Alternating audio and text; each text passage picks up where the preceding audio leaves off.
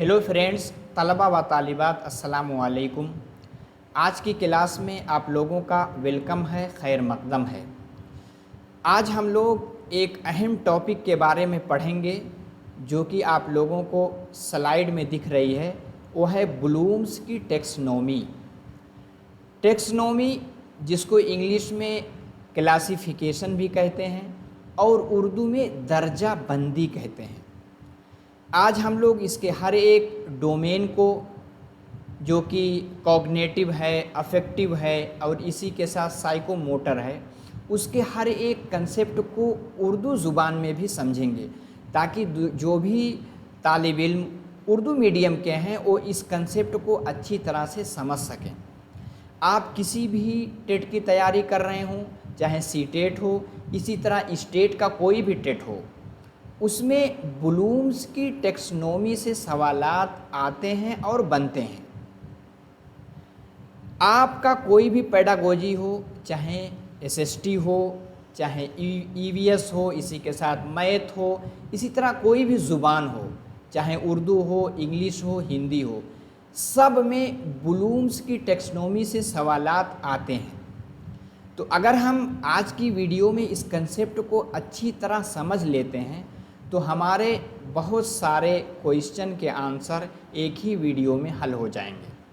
तो चलिए हम लोग क्लास की जानिब चलते हैं। सबसे पहले हम पॉइंट्स ऑफ व्यू देखेंगे जिससे सवालात बनते हैं कि ब्लूम्स की टेक्सोनोमी किससे मुताल्लिक़ है। पहला सवाल ये आता है, ये किससे है? एजुकेशनल ऑब्जेक्टिव से मुताल्लिक़ है। किससे? Educational objective. एजुकेशनल ऑब्जेक्टिव को उर्दू में क्या कहेंगे? यानी तालीमी मकासिद। आप एक नोटबुक रखें, उसमें लिखते जाएं, ठीक है। दूसरे कि ब्लूम्स की टेक्सोनोमी को और क्या कहते हैं? इंस्ट्रक्शनल ऑब्जेक्टिव भी कहते हैं। इंस्ट्रक्शनल का मतलब होता है तालीमी मकासिद। क्या कहते हैं? तालीमी। इसको तालीमी मकासिद भी कहते हैं। एजुकेशनल यानी एजुकेशनल और इंस्ट्रक्शनल दोनों सिनोनिम्स हैं, ठीक है। फिर एक सवाल आता है कि ये जो टेक्सोनोमी है इसको किसने दिया है? ये नाम आता है बीएस ब्लूम ने। इसका नाम याद रखिएगा, बीएस ब्लूम ने। बीएस ब्लूम कहाँ से थे? ये अमेरिकन साइकोलॉजिस्ट थे, ठीक है। और इसी के साथ टेक्सोनोमी को और क्या कहते हैं? क्लासिफिकेशन कहते हैं। और उर्दू में हम क्या कहेंगे? दर्जा बंदी, ठीक है। इसका क्लासिफिकेशन 3 में किया गया है, जो कि आगे स्लाइड में हम लोग देखने वाले हैं। सबसे पहले इसको पेश किया गया 1956 में बीएस ब्लूम ने। देखिए, जब एजुकेशन का कंसेप्ट आया तो पहले एजुकेशन के जो डोमेन्स थे वो मुतय्यन नहीं थे कि हम एजुकेशन बच्चों को जो देंगे उसका मकसद क्या होगा, उसका ऑब्जेक्टिव क्या होगा, उसके कितने मैदान होंगे, किन किन चीज़ों में हम उनकी नशोनुमा करेंगे, यह चीज़ मुतय्यन नहीं था, ठीक है।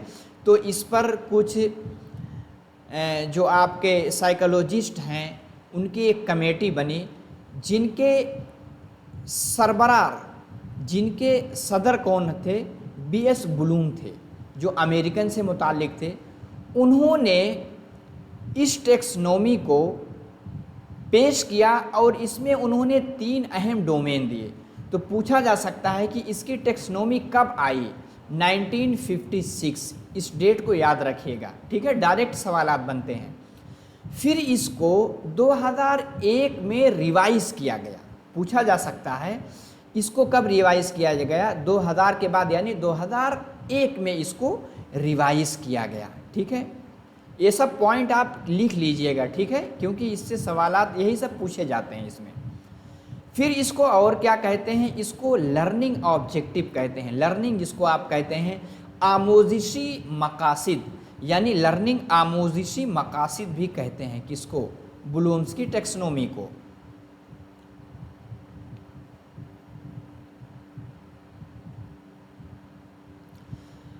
ये क्या है, स्पेसिफिक ऑब्जेक्टिव। स्पेसिफिक को उर्दू में क्या कहेंगे, स्पेसिफिक का मतलब होता है कोई खुसूसी मकसद। जैसे मैं आज आप लोगों की क्लास ले रहा हूँ, एक अहम टॉपिक के बारे में बता रहा हूँ, मेरा भी एक स्पेसिफिक ऑब्जेक्टिव है कि आप ब्लूम्स की जो टेक्सोनोमी है उसके हर एक कंसेप्ट को, उसके हर एक डोमेन को अच्छे से समझ सकें। अब क्लास के आखिर में अगर आप इसको समझ सकते हैं तो मेरा मकसद हल हो जाएगा। यही स्पेसिफिक ऑब्जेक्टिव होता है। जैसे आप टीचर बनने जा रहे हैं, क्लास में बच्चे को जो पढ़ाने जा रहे हैं 30 से 35 मिनट, आप एक स्पेसिफिक ऑब्जेक्टिव मुतय्यन करते हैं, ठीक है। तो उसको हासिल करने के लिए आप जो लेसन प्लान बना के जाते हैं, उस मकसद को हासिल करने के लिए आप पढ़ाते हैं, ठीक है। तो इसका क्या होता है, एक स्पेसिफिक ऑब्जेक्टिव होता है। उम्मीद है कि सारा कंसेप्ट आपका क्लियर हो गया होगा। अगर वीडियो अच्छी लग रही है तो लाइक करें, नए हैं तो चैनल को ज़रूर सब्सक्राइब कर लें, ताकि अगर आप उर्दू मीडियम के हों, इसी तरह हिंदी मीडियम के हों, आपको बाइलिंगुअल पढ़ाया जाएगा। क्योंकि आप देखेंगे जो उर्दू मीडियम वाले हैं, जो उर्दू बैकग्राउंड से हैं, वो इस कंसेप्ट को सही से नहीं समझ सकते, ठीक है। तो हम इंग्लिश में भी समझेंगे, इसी के साथ उर्दू हिंदी में भी समझेंगे। आगे चलते हैं।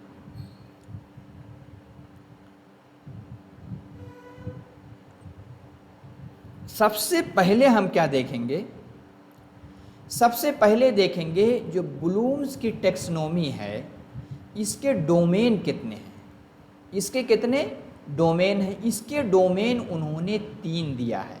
डोमेन को उर्दू में हम मैदान भी कह सकते हैं, इसी तरह इसका इलाका हिंदी में आप क्षेत्र भी कहेंगे। यानी इन्हीं 3 डोमेन में इन्हीं 3 डोमेन को हम ध्यान में रख करके, जहन में रख करके हम बच्चों की नशोनुमा करते हैं, हम उनको पढ़ाते हैं, एजुकेशनल ऑब्जेक्टिव को मुतय्यन करते हैं। 3 डोमेन कौन कौन से हैं। सबसे पहले है कॉग्निटिव डोमेन। सबसे पहले क्या है, कॉग्निटिव डोमेन। कॉग्निटिव को उर्दू में क्या कहते हैं, वकूफ़ी मैदान। कभी कभी ऐसे भी सवालात आते हैं कि ब्लूम्स की टेक्सोनोमी के कितने डोमेन हैं, ऑप्शन दे देगा, कॉग्निटिव, अफेक्टिव, साइकोमोटर। इन तीनों को आप रट लीजिए, जहन में रख लीजिए। कॉग्निटिव को क्या कहते हैं, वकूफ़ी, जिसका ताल्लुक़ आपके दिमाग यानी ब्रेन से होता है। दूसरा क्या है, अफेक्टिव, तासुराती, जिसका आपके फीलिंग यानी आपके इमोशन से जिसका ताल्लुक़ होता है। दूसरा डोमेन क्या है, अफेक्टिव। तीसरा क्या है, साइकोमोटर। साइको यानी साइकोलॉजी, जिसको आप कहते हैं नफ्सी। और दूसरा क्या है, मोटर यानी हरकी। नफ्सी के अलावा कहीं कहीं हिस्सी भी आता, क्या लिख के आएगा, हिस्सी, हरकी। हिस्सी का मतलब यानी सेंसरी। आपको पता है आपके सेंस कितने हैं, 5 हैं, जिसको हम कहते हैं हवासे खमसे ज़ाहिरा। जैसे आपकी आँख है, आपकी नाक है, आपकी आँख है, आपका कान है, आपका हाथ है, ठीक है। तो ये 5 हैं, क्योंकि आप हाथ से टच करके चीज़ों को महसूस करते हैं, आँखों से देखते हैं, नाक से सूंघते हैं, ज़ुबान से चखते हैं और कानों से सुनते हैं, ठीक है। तो और साइका का नाम पहले क्या था, सेंस। मोटर यानी फिजिकल एक्टिविटी, जैसे आप हाथों से कोई काम, पैरों से, अपने जिस्म से कोई काम करते हैं, ठीक है। इन सब चीज़ों के ये जो 3 डोमेन है, इसको जहन में रख करके एजुकेशनल ऑब्जेक्टिव को मुतय्यन किया जाता है। आपको ये चीज़ पता होगा, कोई भी काम जब हम किसी ऑब्जेक्टिव के तहत यानी किसी गोल के तहत करते हैं, वो काम बहुत दिनों तक बाकी रहता है और जहन में भी महफूज रहता है। आप जाने अनजाने में बहुत सारे काम करते हैं, लेकिन अगर कोई एक गोल के तहत, जैसे आप इसलिए क्लास देख रहे हैं ताकि आपका टेट निकल सके, इसी तरह सुपर टेट निकल सके, आपको जॉब मिल सके, ठीक है। तो इसलिए आप इसको ध्यान से इसके हर एक कंसेप्ट को समझ रहे हैं, ठीक है। चलिए, तो कितने डोमेन हैं, 3। साइकोमोटर हो गया, जिसको आप कहते हैं हिस्सी, हरकी, मैदान या इलाका भी कह सकते हैं।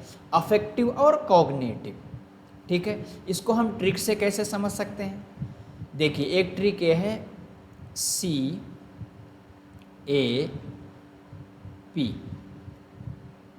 कैप, कैप को याद रखिएगा। किसको याद रखेंगे? कैप को, CAP।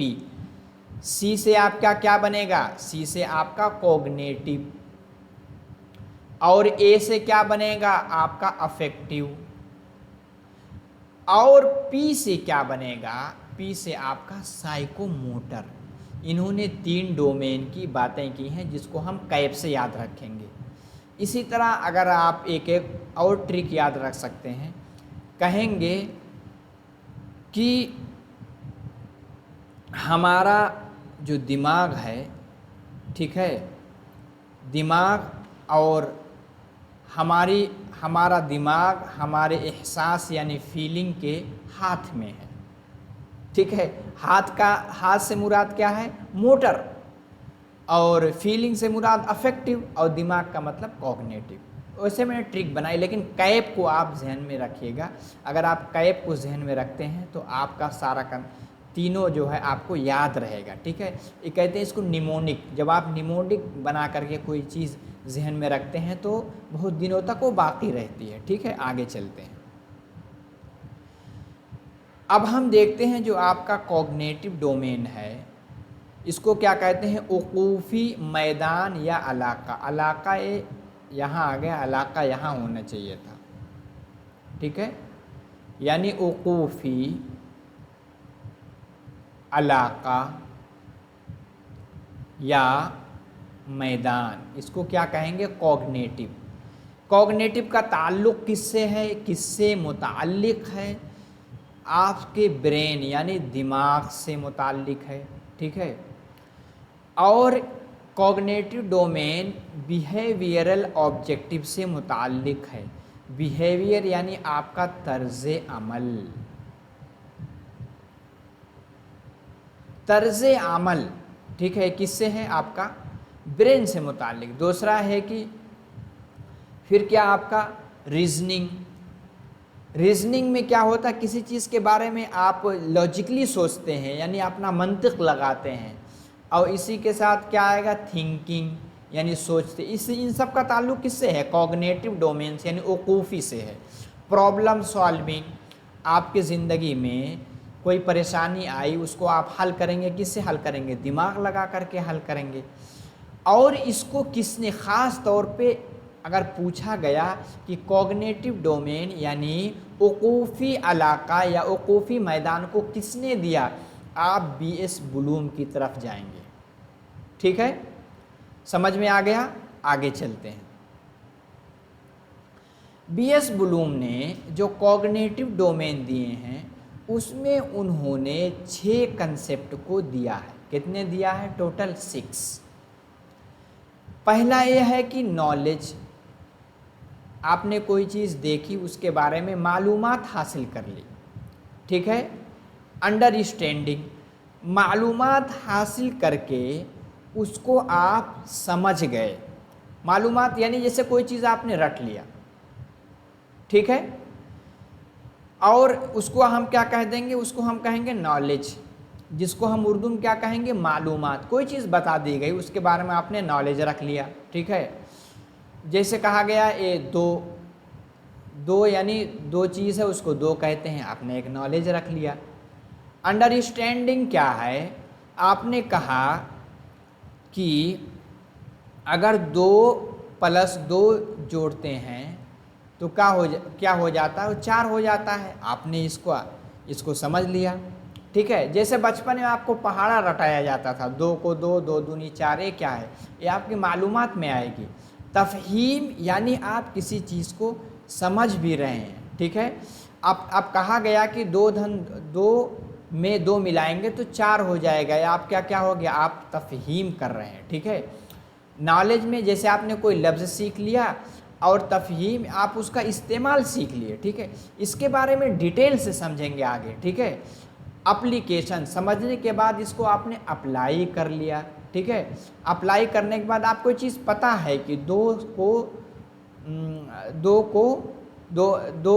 गुणे 2, ठीक है, 2 दूनी 4, ठीक है। 4 हो गया, ठीक है। और 2 में अगर 1 घटाएंगे तो 3 हो गया।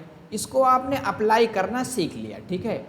उसके बाद आता है एनालाइजिस। एनालाइज का मतलब होता है किसी चीज़ का तज्जिया करना, किसी चीज़ को टुकड़ों में तोड़ करके देखना। कोई सेंटेंस है, उसको आप समझ नहीं पा रहे हैं, ठीक है, उसका एक एक पार्ट यानी फेल, फाइल, मफूल तीनों को अलग करके आपने देखा तो उसको आप समझ गए, उसको क्या कहते हैं, तज्जिया करना।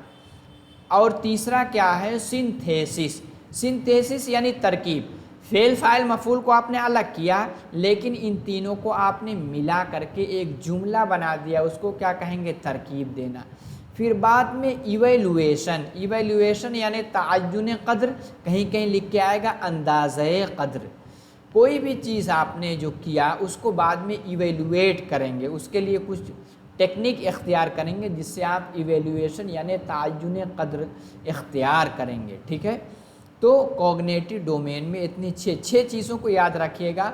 उसमें से मालूमात, तफ़हीम, इतलाक़, तज्ज़िया, तरकीब व तअय्युन क़द्र, जिसको आप अंदाज़े क़द्र भी कहते हैं, ठीक है।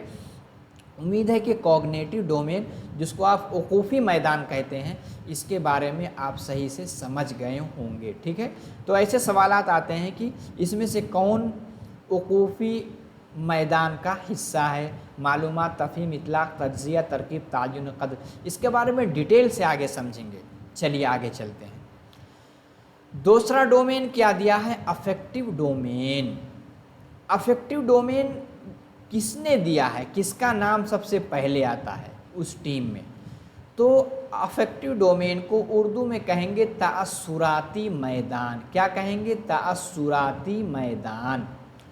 इसको 2 लोग मिलके दिए हैं, एक है क्रेट्ज़होयल और दूसरा नाम आता है मासिया। इन दोनों ने मिल करके इस डोमेन यानी अफेक्टिव डोमेन को दिया है। किस सन में दिया है, 1964 में। इसको याद रखिएगा, ठीक है। डायरेक्ट पूछा जा सकता है कि अफेक्टिव डोमेन से कौन मुताल्लिक है, तो इन दोनों का नाम आप जहन में रखिएगा, ठीक है। आगे चलते हैं। अब अफेक्टिव डोमेन्स का मतलब क्या होता है, इससे क्या क्या मुताल्लिक हैं। अफेक्टिव डोमेन्स यानी आपके फीलिंग से मुताल्लिक है, आपके फीलिंग से मुताल्लिक है, यानी हार्ट यानी आपके दिल से मुताल्लिक है। किससे, आपके दिल से। कोई भी चीज़ आप सोचते हैं, किससे सोचते हैं, अपने दिल ही से सोचेंगे, ठीक है। तो हार्ट यानी दिल से मुताल्लिक क्या है, अफेक्टिव यानी ताअस्सुराती डोमेन, ठीक है। कोई चीज़ आपको अच्छी लगी, आप मुतासिर हुए, किससे होंगे, अपने फीलिंग, अपने दिल से होंगे। इमोशन यानी जिसमें जज्बात पाए जाते हैं। कोई बात सुन करके आप रोने लगे, कोई बात सुन करके आप हंसने लगे, क्या है, वो जज्बात से मुताल्लिक है। फीलिंग यानी एहसास। जैसे आप, कोई बच्चा है क्लास में, टीचर को भी गाली दे दिया, तो उसका कौन सा डोमेन डेवलप नहीं हुआ, ताअस्सुराती डोमेन, ठीक है। वैल्यूज यानी अक़दार। किसी को आप कितनी अहमियत देते हैं, किसी के मज़हब को, किसी शख्सियत को, अपने उस्ताद को कितना वैल्यू देते हैं, किससे मुतालिक है, आपके तासुर से, यानी आपके फीलिंग में, आपके तासुर में कितना उनके लिए जगह है, यानी कितना उनके लिए कद्र है। मोटिवेशन जिसको आप हौसला अफजाई, किससे मुताल्लिक़ है,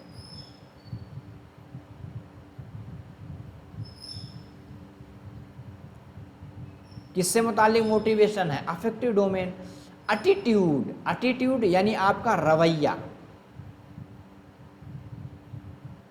कहते नहीं कि इनसे मुताल्लिक़ आपका रवैया कैसा है, यानी आप टीचर से किस तरह से पेश आते हैं, अपने फ्रेंड से किस तरह से पेश आते हैं, यानी अच्छे से पेश आते हैं कि उनसे लड़ते झगड़ते रहते हैं, ठीक है, उसको रवैया। इसी के साथ एक आता है एप्टीट्यूड। एटीट्यूड रवैया, एप्टीट्यूड यानी ये सलाहियत से मुताल्लिक़ है।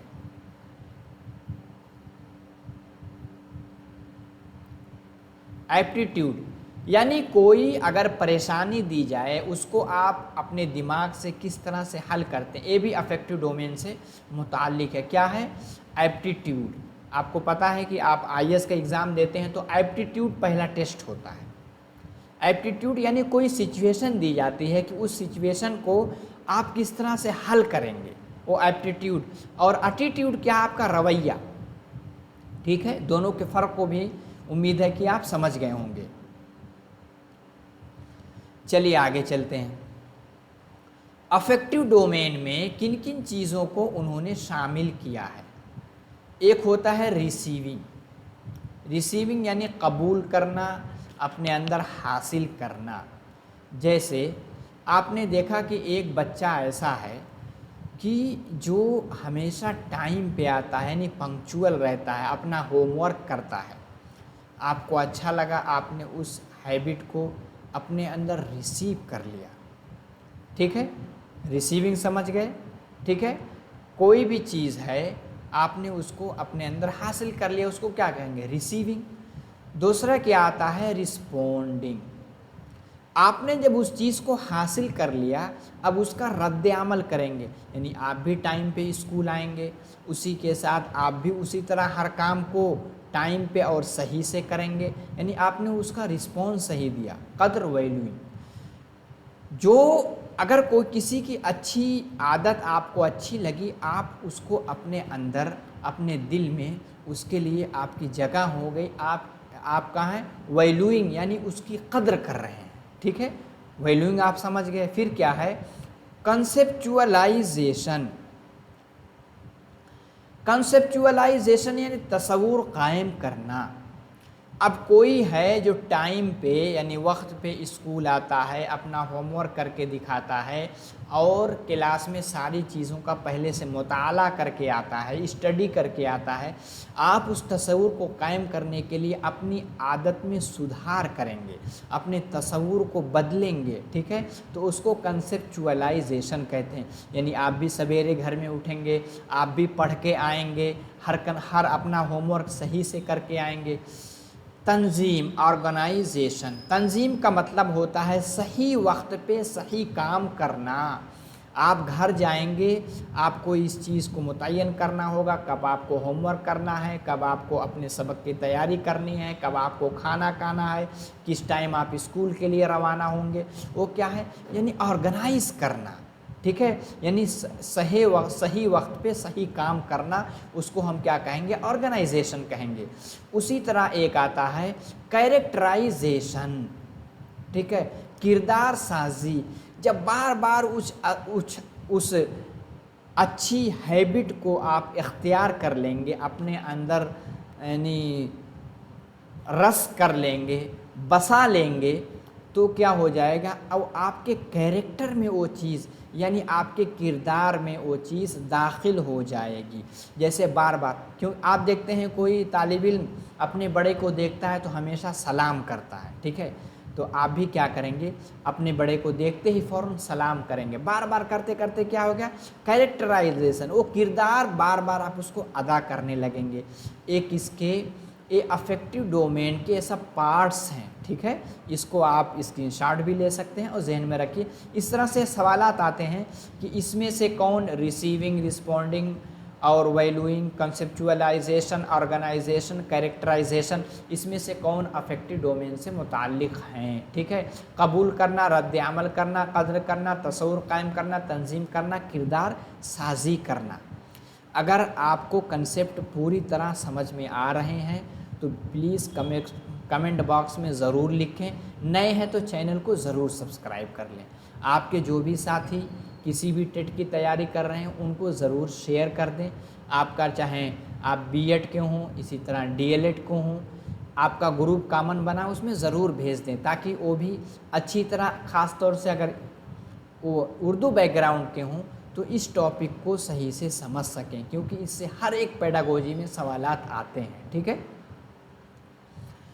तीसरा डोमेन क्या है? तीसरा है साइकोमोटर डोमेन। पहला सवाल आता है कि इसको उर्दू में क्या कहते हैं? इसको कहते हैं हिस्सी हरकी। एक टाइपिंग में गलत हो गया, हिस्सी हिस्सी यानी साइको, हिस्सी को और क्या कहते हैं, नफ्सियाती भी कहते हैं।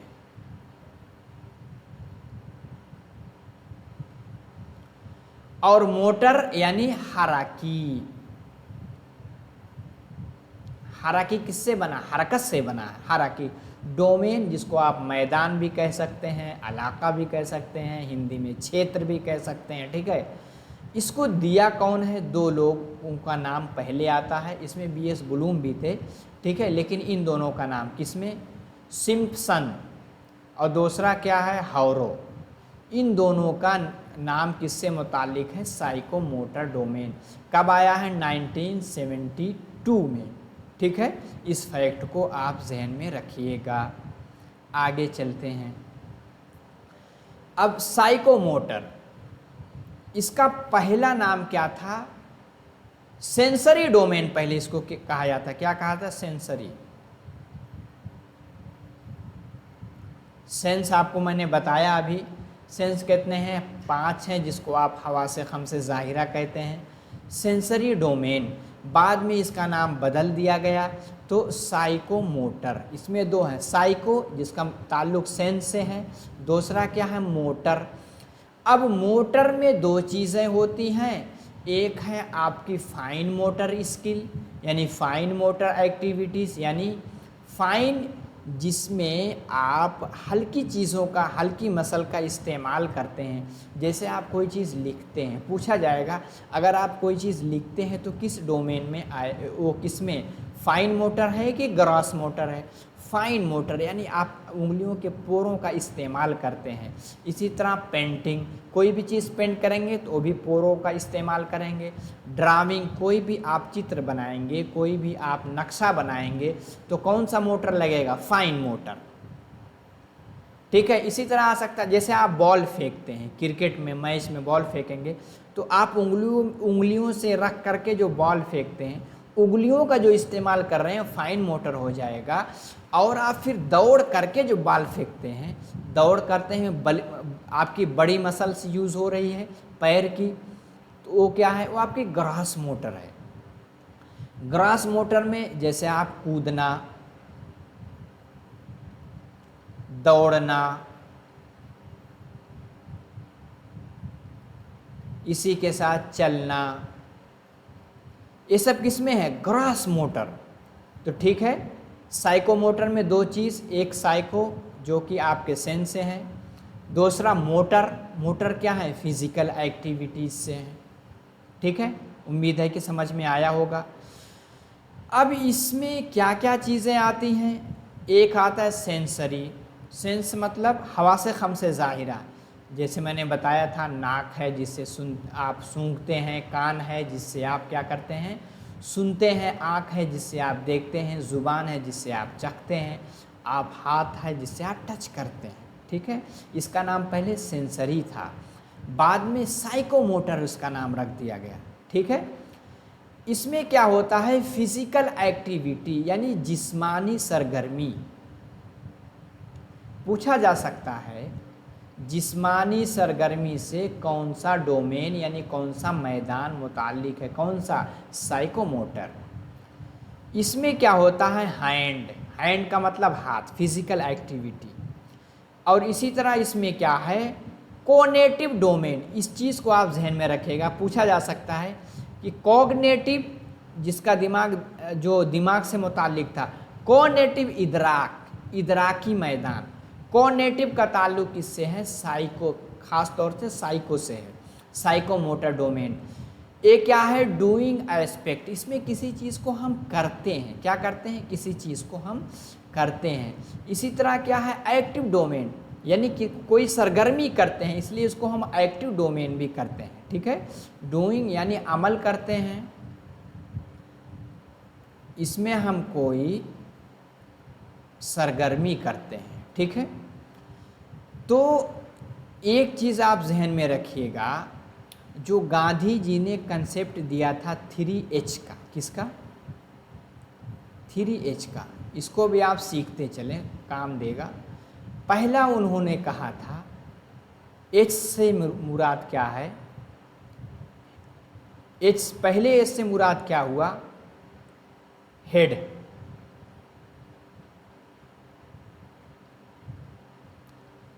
दूसरा क्या, हार्ट, तीसरा क्या है, हैंड। गांधी जी ने नई एजुकेशन तालीम का कंसेप्ट दिया था जाकिर हुसैन के साथ, जिसको आप नई तालीम कहते हैं, जिसको आप वर्धा तालीम, वर्धा एजुकेशन के नाम से जानते हैं। उसमें इन्होंने 3H का कंसेप्ट दिया था। इसी को बाद में ब्लूम्स की टेक्सोनोमी में भी इसी चीज़ को लाया गया, ताकि बच्चे का जो डेवलपमेंट हो, बच्चे का जो नशोनुमा हो स्कूल में, वो क्या हो, ऑल राउंड डेवलपमेंट हो। क्या हो, ऑल राउंड डेवलपमेंट हो, यानी उसके दिमाग का भी डेवलपमेंट हो। एक इससे है, यही इसी का ताल्लुक कॉग्निटिव यानी ओकोफी नशोनुमा से है, ओकोफी डोमेन से है, और हार्ट का ताल्लुक अफेक्टिव डोमेन से है, और हैंड का ताल्लुक आपका साइकोमोटर डोमेन से है।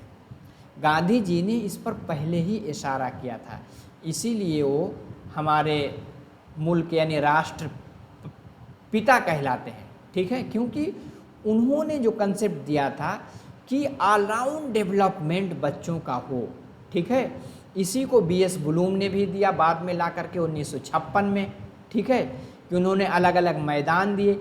इन सारे ऑब्जेक्टिव को जहन में रख कर के अगर तालीम दी जाएगी तो बच्चों का ऑलराउंड डेवलपमेंट होगा, यानी हमा जेहती नशोनुमा बच्चों का पाया जाएगा। ठीक है, आगे चलते हैं। अब इसमें क्या क्या चीज़ें पाई जाती हैं इसको देख लेते हैं। एक है इमिटेशन। इमिटेशन नकल करना, कोई भी चीज़ आपने देखी, कोई भी चीज़ आपने देखी उसकी नकल कर ली, यानी उसी तरह आप करने लगे। किसी की अच्छी हैबिट देख करके उसकी नकल करने लगे, वो हो गया इमिटेशन, नकल करना। एक होता है मैनिपुलेशन। कोई भी चीज़ आपने लिया, उसकी नकल यानी कॉपी की, फिर उसको मैनिपुलेट किया, यानी उसकी जो अच्छी चीज़ें हैं उसको आपने उसमें छेड़खानी करके अच्छी चीज़ों को आपने ले लिया, ख़राब चीज़ों को निकाल दिया। उसको क्या कहते हैं, सलीका मंदी, यानी जिसको आप कहते हैं मैनिपुलेशन। ठीक है, आगे क्या है, आगे है प्रिसाइजेशन, प्रिसाइज करना, यानी दुरुस्तगी। कोई भी चीज़ जब आप उसको ख़राब चीज़ को अलग किया, अच्छी चीज़ को ले करके फिर आप उसको दुरुस्त करेंगे, उसको क्या कहते हैं, प्रिसाइजेशन। उसके बाद क्या कहते हैं, आर्टिकुलेशन, यानी तरतील। आर्टिकुलेशन यानी किसी चीज़ को तरतीब से, तरतील से कोई किसी भी चीज़ को यानी सुधारना, उसको बनाना। आर्टिकुलेशन एक इसमें आता है आपके हिस्सी हरकी यानी नफ्सी और हरकी डोमेन में आता है। ठीक है, कोऑर्डिनेशन। कोऑर्डिनेशन यानी हम आहंगी बनाना। जैसे मसलन आपने साइकिल चलाना सीखा, ठीक है, अब साइकिल चलाना आपने सीख लिया, आप उसमें साइकिल में आप अपने पैर से उसकी जो पौडिल है आप उसको मार रहे हैं, और उसी के साथ आप आगे हैंडल को भी संभाले हुए हैं, और उसी के साथ आप बैलेंस भी बनाए हैं। तो हर चीज़ में कोऑर्डिनेशन बनाना, उसी को हम कोऑर्डिनेशन कहते हैं। हम आहंगी पैदा करना। कोई भी कंसेप्ट आपने लिया उसमें हर चीज़ में तालमेल बैठाना, उसको क्या कहते हैं, यानी हम आहंगी पैदा करना। ठीक है, और इसी के साथ है हैबिट फॉर्मेशन। एक चीज़ क्या पाई जाती है इसमें, हैबिट फॉर्मेशन।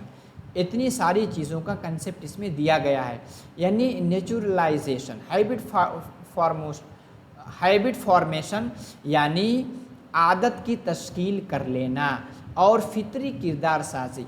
जैसे क्लास में जब टीचर आता है आप देखते हैं बच्चे उसके रिस्पेक्ट में खड़े हो जाते हैं। ठीक है, बच्चा बार बार कर रहा है। अब किसी महफिल में बच्चा गया, उसके सामने कोई बड़े लोग आए तो उसको देख करके बच्चा खड़ा हो जाएगा। वो क्या हो गया, हैबिट फॉर्मेशन। वो चीज़ उसके हैबिट में आ गई, यानी उसके नेचर यानी नेचुरल चीज़ बन गई। समझ गए? इस मिसाल से आप सारे कंसेप्ट को समझ गए होंगे। तो हमने आज की क्लास में जो ब्लूम्स की टेक्सोनोमी है उसके हर एक टर्मिनोलॉजी को उर्दू ज़ुबान में भी देख लिया, और उसी के साथ उसको उर्दू में क्या कहेंगे फिर उसको हम अपनी ज़ुबान में हमने उसको मिसाल के ज़रिए समझ लिया। उम्मीद है कि इसके बाद इसके कोई भी कंसेप्ट के बारे में कोई भी कंफ्यूजिंग आपकी नहीं होगी। ठीक है, आगे चलते हैं। तो अब हम अगली क्लास में जो इनके अलग अलग इन्होंने दिया है, जैसे साइकोमोटर में ये 6 चीज़ें दी हैं, हर एक के बारे में डिटेल से समझेंगे, एक एक करके देखेंगे। इसी तरह आपका अफेक्टिव में जो रिसीविंग, रिस्पोंडिंग, इन सब चीज़ों को अलग अलग करके देखेंगे। फिर आपका कॉग्निटिव डोमेन जो कि सबसे अहम माना जाता है, जिसके बारे में सवालात आते हैं, तो knowledge, understanding, application, analysis, synthesis, evaluation. फिर 2001 में जो नई बन करके आई है, उन सब चीज़ों के बारे में इंशाल्लाह अगली क्लास में नेक्स्ट पार्ट में समझेंगे। हम इसको अगर सही से समझ लेते हैं तो हर एक पेडागोजी में 2-3 नंबर के सवालात आते हैं। तो आपके अगर 150 के सवालात में से आपके 7-8 सवालात इसी डोमेन्स यानी आपके ब्लूम्स के जो टेक्सोनोमी के जो डोमेन्स है इसी में से आते हैं। तो उम्मीद है कि क्लास अगर पसंद आई होगी तो ज़रूर कमेंट बॉक्स में आप बताइए। नए हैं तो चैनल को ज़रूर सब्सक्राइब करके जाएं, ताकि दूसरी वीडियो जैसे अपलोड हो आपको नोटिफिकेशन मिल सके। लाइक करके जाएं, शेयर कर दें अपने ग्रुप में। निज़ाम एकेडमी 22 करके टेलीग्राम चैनल है, इसकी लिंक डिस्क्रिप्शन बॉक्स में है, इस पर क्लिक करके आप इससे जुड़ सकते हैं। ठीक है, तो आज की क्लास में इतना ही। उम्मीद है कि क्लास पसंद आई होगी।